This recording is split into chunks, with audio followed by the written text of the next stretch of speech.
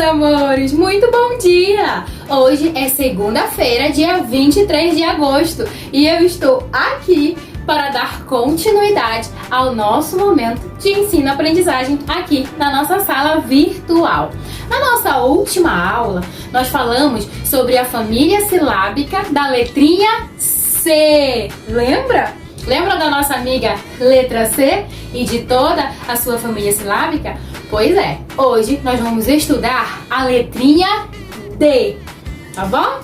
Hoje a gente vai aprender um pouco mais sobre a letra D. E como atividade, você, família, que vai estar auxiliando o nosso pequeno gênio na atividade de hoje, pode pegar papel e caneta para realizar essa atividade.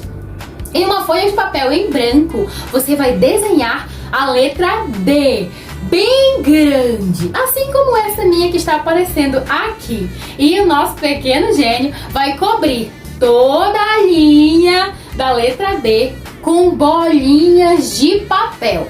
Essas bolinhas de papel podem ser bolinhas de papel crepom, pode ser bolinha de papel de folha de caderno, o que você tiver à sua disposição. O importante é que a criança faça as bolinhas de papel com as próprias mãos, hein? Atenção! É importante que a criança mesmo faça as suas bolinhas de papel. Bolinhas pequenas para ficar bem bonita a nossa letra D. Depois de fazer as bolinhas, a criança vai colar em toda a letrinha D, tá bom? Eu fico no aguardo do retorno dessa atividade aqui na nossa sala virtual. E agora vamos ver algumas palavras que podemos fazer com a letra D. Fica ligadinho no próximo vídeo. Beijo! Palavras podemos escrever que comecem com a letra D. Dardo.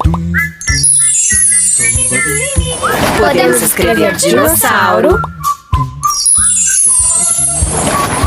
Dente. Ou dominó. Você tem mais alguma ideia de palavras que comecem com a letra D?